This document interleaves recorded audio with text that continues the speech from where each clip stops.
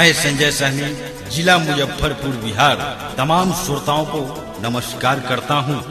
देवी गीत दुलड़ी माई कांवड़ भजन भोला के शहर में के अपार सफलता के बाद आइए सुनते हैं भोजपुरी दुनिया के सुपरहिट गायक सरोज तिवारी बाबा के आवाज में इस साल का सुपरहिट एल्बम माई मशहूर हो गईलू, माई मशहूर हो गईलू, जिसे संगीत से सजाया है संजय सिंह मिकलू, जिसको आप सुन रहे हैं देवचरण फिल्म के माध्यम से, जिसे आप तक पहुंचाया है गौरी साउंड तलवा पोखर कोटवा बाजार, Sonali sound Belwatia Pipra Kothi, Sanjay sound गंगौलिया, Gurjeet sound नगवा बाजार, कुशवाहा साउंड जनता बाजार।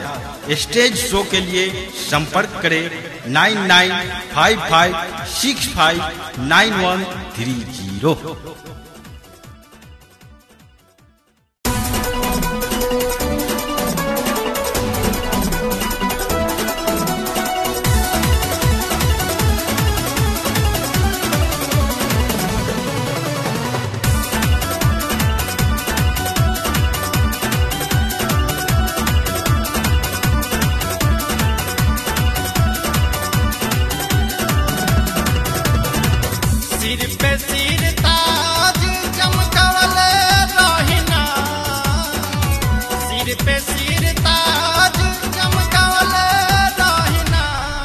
मैया मोदी जी के पीएम बनवले रहीना, मैया मोदी जी के पीएम बनवले रहीना, देशवा के शान बढ़वले रहीना, देशवा के शान बढ़वले रहीना, मैया मोदी जी के पीएम बनवले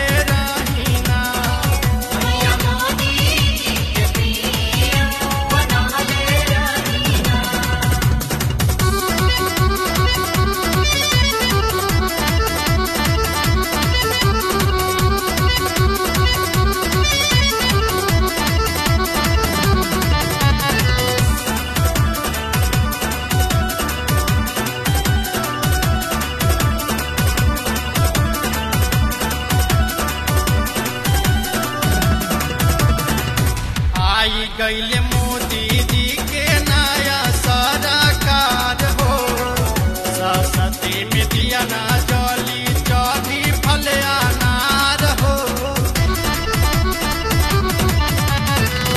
आई गईले मोदी जी के नया सरकार हो, सस्ते में दिया ना जली चौधी फल अनार हो, पठवले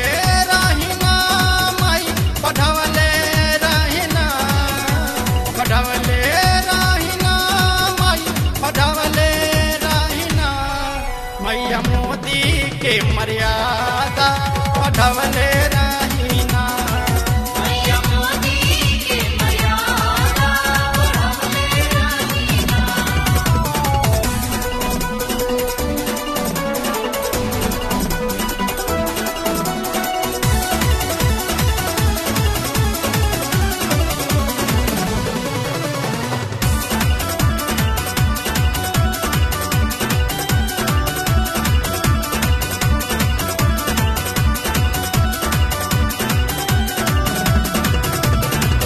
जन धन योजना लाई दिहले उपहार हो, दिहले गरीब लोग के जीना की समार हो, जन धन योजना लाई दिहले उपहार हो, दिहले गरीब लोग के जीना की समार हो, सजवले रहीना हो, सजवले रहीना, सजवले रहीना हो, सजवले रहीना, मैया मोदी तख्त ताज सजवले रहीना, मैया मोदी तख्त ताज सजवले रहीना।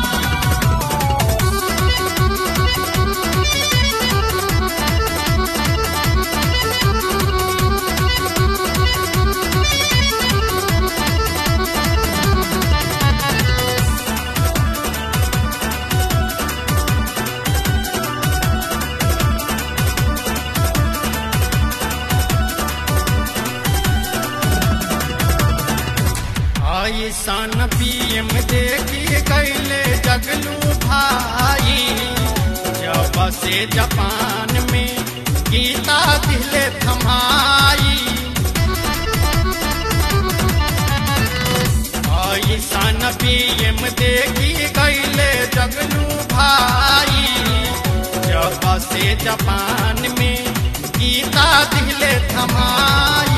जमवले रहिना मई जमवले रहिना, जमवले रहिना मई जमवले रहिना, मैया मोदी सरकार बनवले रहिना, मैया मोदी सरकार बनवले रहिना।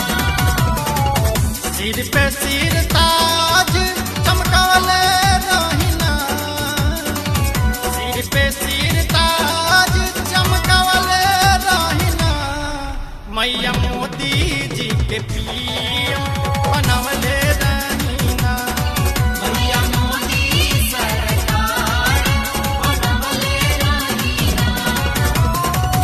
देशवा के शान बढ़वले रहिना, देशवा के शान बढ़वले रहिना, मैया मोदी जी के पीएम बनवले रहिना।